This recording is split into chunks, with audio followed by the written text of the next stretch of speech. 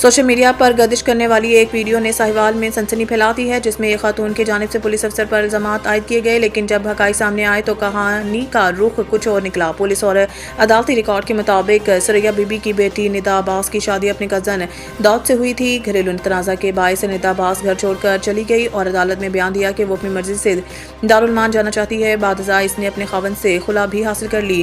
بعد میں ندا عباس کے بھائی نے اغوا کا مقدمہ درج کروایا، تاہم ندا عباس نے عدالت کو بتایا ہے کہ اسے کسی نے اغوا نہیں کیا، بلکہ اسے اپنے سابق خاوند اور دیگر افراد سے جان کا خطرہ ہے اور وہ احمد سمیت اپنے رشتہ داروں کے ساتھ رہنا چاہتی ہے۔ مزید یہ کہ احمد کی مدیت میں اغوا کا ایک اور مقدمہ تھانہ فتح شہر میں درج کیا گیا، جبکہ لڑائی جھگڑے اور تشدد کے مقدمات بھی داؤد وغیرہ کے خلاف قائم ہیں۔